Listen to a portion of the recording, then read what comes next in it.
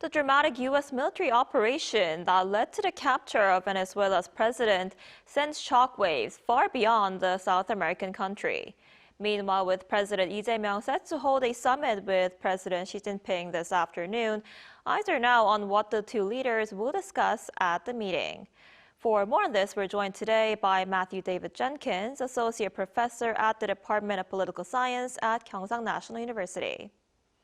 Professor Jenkins, thanks for joining us this morning. Hi, thank you for having me. So, U.S. President Donald Trump says the United States will run Venezuela for the time being following a military operation that captured Nicolás Maduro.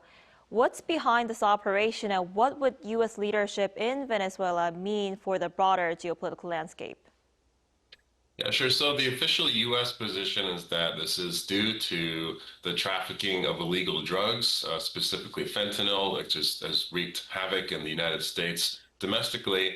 And so that is the official reason Venezuela is unable or unwilling to prevent the outflow, the smuggling of narcotics into the United States. And so therefore, he has to be removed from power so that drug trafficking can be properly policed. That's the official reasoning.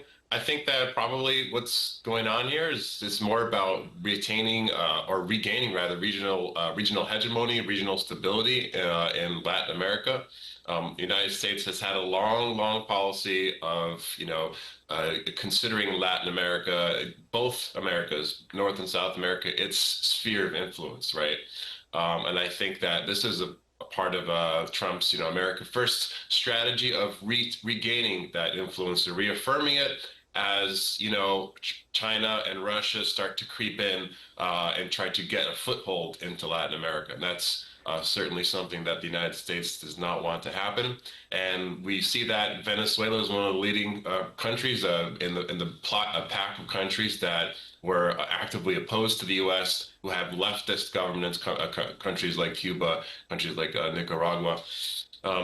And they were increasingly trading with China and accepting weapons from China and selling oil to China. And so that's another reason that U.S. probably wants to regain its control over here. In terms of the broader significance, so I mean, really have to wait to see how the other Latin American countries react. I would, of course, they're all going to say it's a violation of international law, a violation of sovereignty. Sovereignty is the right of a country to rule its own territory. That's a fundamental principle of the international system. So on the one hand, it's a big deal in that sense. So we'll see how they react. On the other hand, it's not the first time it's happened.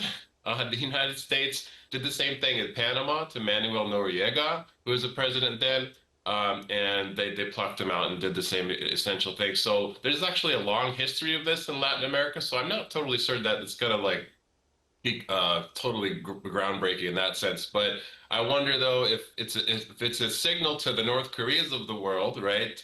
That this is U.S. isolationism, under Trump is totally gone, right?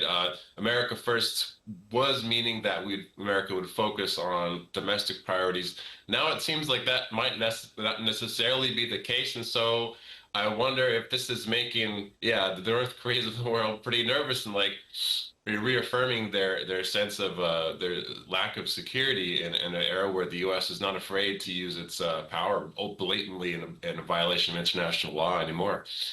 So we'll see how that reacts. That echoes across the region. Right, and like you mentioned, Trump said the U.S. will tap Venezuela's oil reserves to sell to other countries. Why is he so interested in the country's oil, and could this further, inflame tensions with China?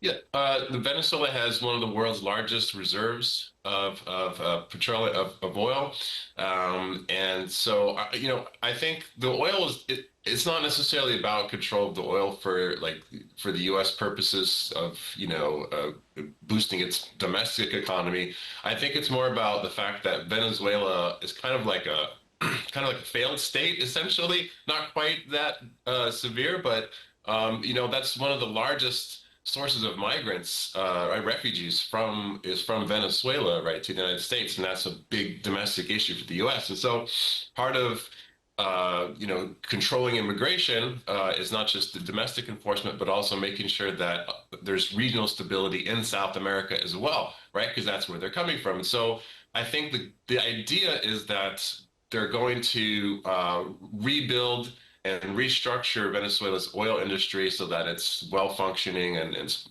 fully integrated into the international economy.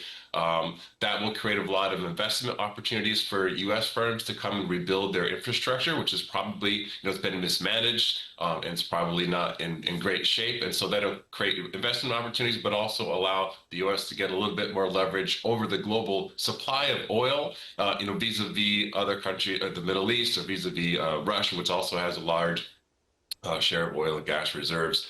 And so I think it's not necessarily about capturing the oil so much as about repurposing, rebuilding the regional infrastructure, rebuilding regional security, stability, and gaining control over the global oil supply. I see. And while that's happening, President Lee Jae Myung is set to hold a summit with President Xi this afternoon. How should South Korea balance its relations with Washington and Beijing in 2026? Yeah, so I mean, I would expect this to be really focused on economics and very practical things. I wouldn't expect a lot of security things to make the agenda, especially given that Korea's major, military ally just captured the leader of another country. It's kind of a bad timing for like major security talks. So I would expect to see it focused on supply chains and maybe lifting the ban on Korean cultural content. That seems to be in the air. I think that's a win-win for both countries, and so I would expect to see it very practical, and I would expect President Lee to play it very safe in terms of its approach with the Beijing. And at the same time, of course, it's not going to abandon the United States. I would expect it to make general pushes for peace, on the Korean Peninsula, peace in the East Asia region, economic cooperation. And I think that everything connects to that. So it would only mention security issues insofar as it connects to economic cooperation. And at the same time, recognizing the reality that Korea's major partner is the United States, and that's just a fact of the matter. And general reaffirming of that alliance, I think, is important too. I see. You did just say that it's not the right timing for major security talks, but China does play a key role in bringing North Korea back to dialogue. How do you expect this discussion to play out today?